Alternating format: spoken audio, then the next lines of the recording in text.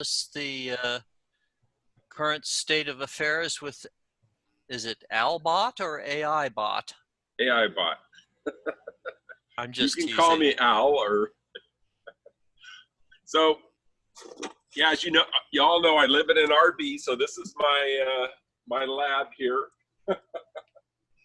And is it a different RV from the last RV, or is it just the RV same moved?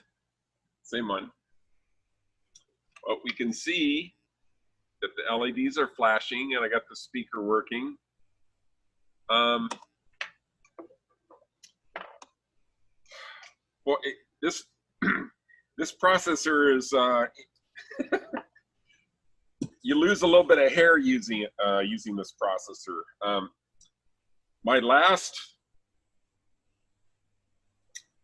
One of the issues I found today is the pin at the lower right is called clock, and then right next to it is the I/O lines to go to an SD card. So when I created the schematic, I tied clock, like S clock, right? I tied it to the inertial, nav chip that's on here. And I was having some really weird behaviors with this thing. I download code pretty easily, but sometimes it got all goofy, and I'm like, what the hell's wrong? And I cut that line, and now it just works perfect. So Brad, we're gonna probably have to take a look at that SD card stuff. Always something. So wait, you had to cut the clock line to the SD card, is what you're telling me? Yeah, it was causing some intermittent stuff.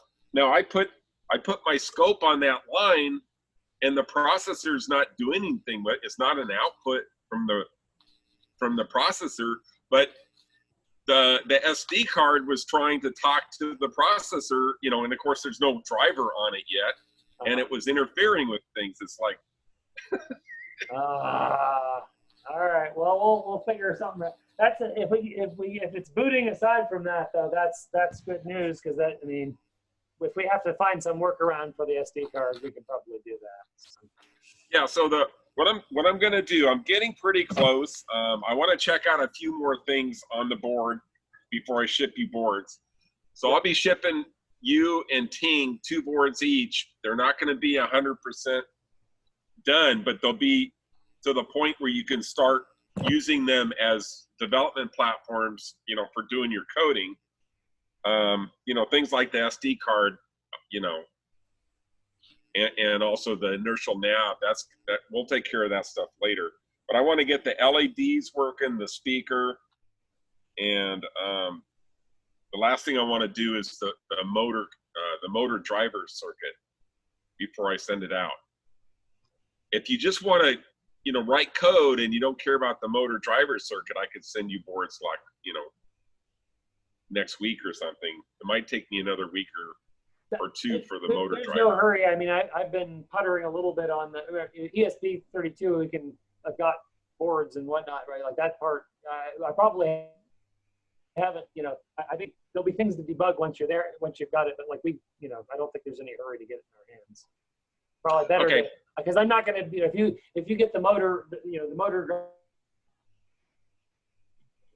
drivers and such working, like that's going to, I think that's all stuff that's better to have there, so I can debug against it rather than, because I'm terrible with the soldering iron. So. Yeah, well, that's my job. Although it's kind of funny, I'm 66 now, and it's a little trying to hold that 0603 resistor, and still at the same time I'm doing the soldering. I used to do this all day long. It's like, man, my hands they're not as steady as they used to be. So yeah. Yeah, so anyway, the board's coming right along. I got the LEDs working, I got the speaker working. Obviously, it's really easy to program it now. Oh, there's a couple other pins too. You remember 0 and 2? the bootstrap. Yeah. So on my board, I had put, I put two jumpers and pull-up resistors, and the pull-up resistors were messing things up. Okay, whatever. We don't need those in the system anyway, so I'm just going to clip the pins off the computer. So I've been learning this stuff, and that's what's taking me a little bit of time, but things are looking good. I also wanted to talk about let's see, share the screen.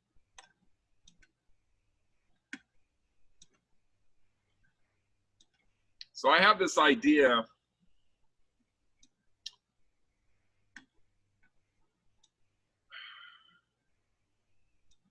Let me get to it.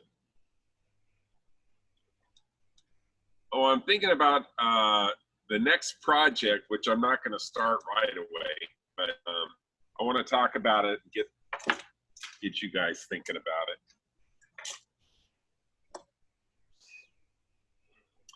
So the idea is to build a fourth supercomputer board.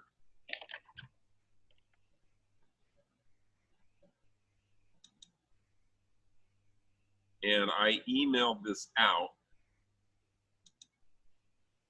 to the group.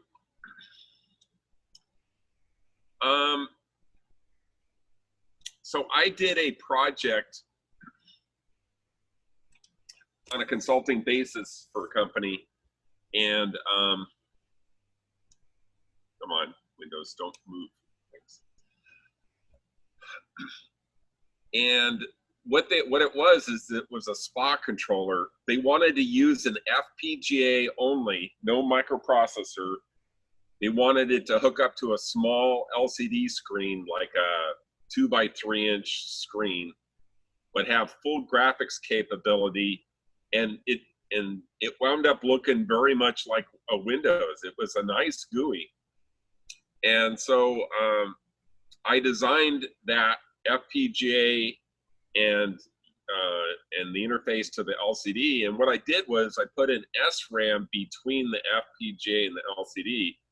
And so you just scan the SRAM, the addresses, and it just squirts out the data for the LCD. And it made a really nice, cheap graphics system. I mean, the SRAM was like $2 and the FPGA was like $6.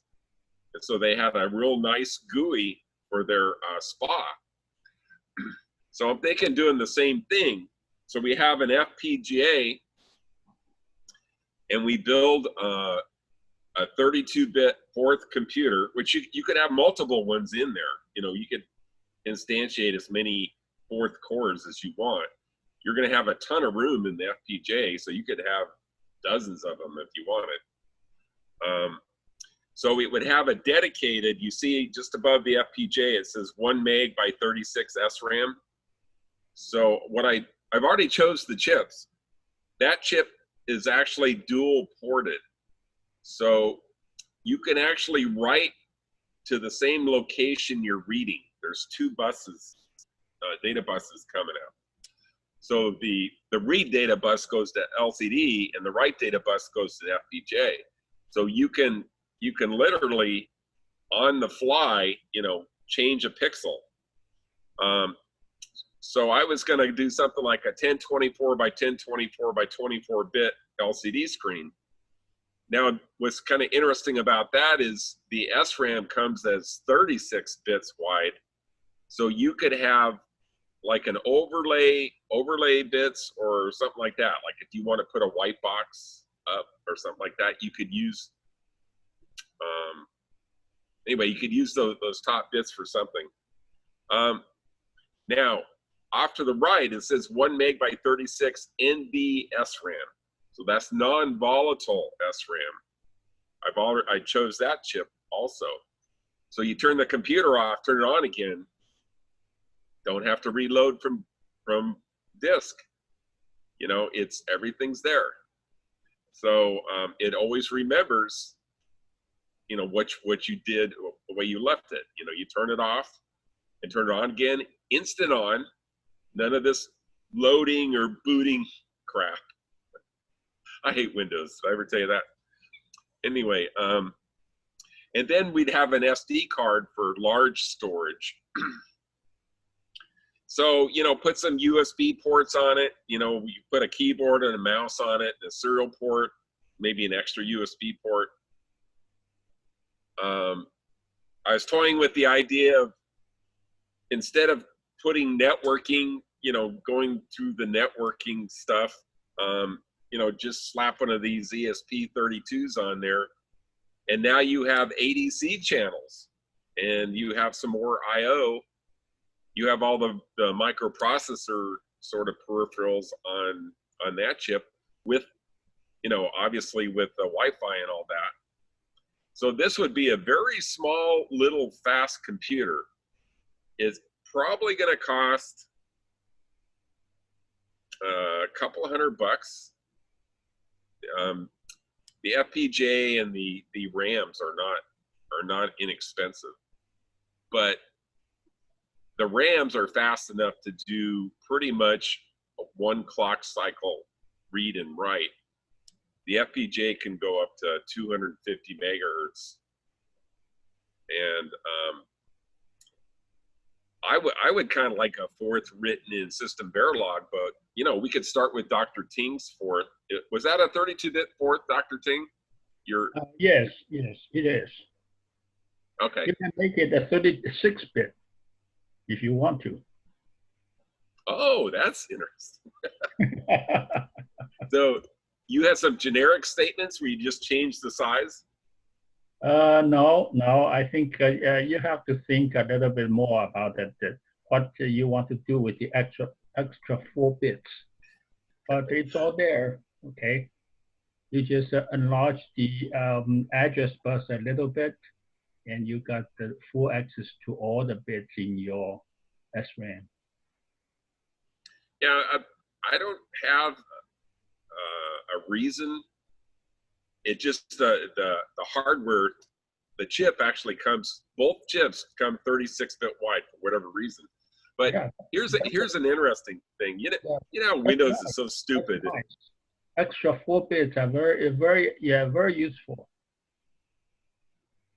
Okay, well, you come up with a reason. They're going to be in there, so you figure out how to use them. On this particular FPGA, is it how open is this one? Is this one where we, you know, that you're stuck with whatever the tools the FPGA maker has, or is there some? Yeah, well, I prefer microsemi. Everybody likes Xilinx, but there's disadvantages to Xilinx. What I like about microsemi is they're flash based. It's instant on. There's no configuration chip, but you have to use Libero. You have to download Libero and use it. So it supports System Verilog and VHDL. We're using it at work. I chose microsemi, and because the rad hardness of flash, it's way more rad hard than the Xilinx SRAM. In space, we have a lot of problems with radiation and single event upsets. So you get, you know, some proton whizzing through space and it punches a hole through your IC. Very interesting stuff. The space business. I'm learning so much. It's fascinating. I love my work. But anyway, so I was going to use what's called an Igloo 2. If you go on DigiKey, type in Igloo 2, you'll see the chip. I was going to use kind of a bigger one. What's interesting about this, as you're scanning the LCD, you could have Windows in the SRAM, and we could write code inside the FPGA to XOR or AND or NOR, you know, an image stored in in your main memory, which could be a window, right? That you're where you're replacing. Maybe it's you have a background and then you want a window, and so you can create your windows in your main memory, and as it's scanning, it's painting the window. There's no loading or the way modern computers are designed. To me, it's like crazy. They make fast computers, and then the algorithm the way they work, they're loading things from disk, and they're moving this huge block, of memory into the graphics card and back and forth and blah blah blah. I got one of the fastest laptops around, and it just amazes me when I see an hourglass. It's like, why? This computer that I'm proposing, you would never ever see an hourglass unless you're getting a huge amount of data off the SD card. If it's internal, it's going to be instantaneous. And we could have a dozen or more fourth cores, 32-bit fourth cores inside doing different things. Or we can write, it's called, fabric code, right? So in VHDL or Verilog, we can take processes. Instead of writing sequential code in fourth, we could do it in parallel in fabric, and we can create a word that when you call the word in fourth, it redirects the data. Maybe it's a pointer to an image or something like that, out into fabric, and we have the fabric chew on that and then bring the answer back into fourth, for example. This thing would be so fast. Dr. Ting, you'd like it for your genetic stuff. Well, I think I'm not ready to spend any more time on this kind of thing. Yeah. I think I've used the Flash as FPGA, but I haven't touched it any for so long, and I was worried about all the FPGA tools for that chip. Okay, does that cost much money, or they come free? There's a free version you can do a lot with. They do have limitations on the free version, and they want you to upgrade to the paid version. Yeah. I have a full license because made in space. Yeah, so yeah. I don't have any limitations at all. The full license is about $1,000 a year. Mm-hmm. Okay. And I have access to the, Yeah, it's nice that so it's not a problem. You have all the tools at work, but they're on my computer. Yeah. Yeah, but I don't want to pay any money for any tools. Yeah. Yeah. Okay. Yeah, good to see this supercomputer. Yeah, it's a nice project if you get around to do it. Exactly. That's the key word, get around. Yeah. You look how long it's taken me for this guy. Yeah. EP32, I mean the 32-bit E4 is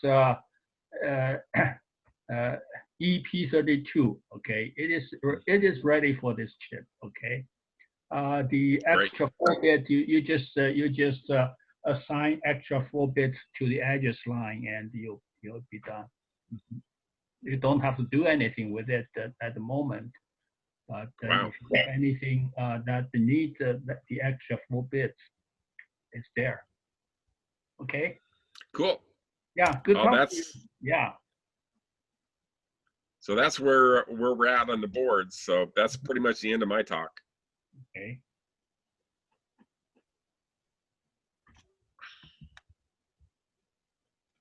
It's a cozy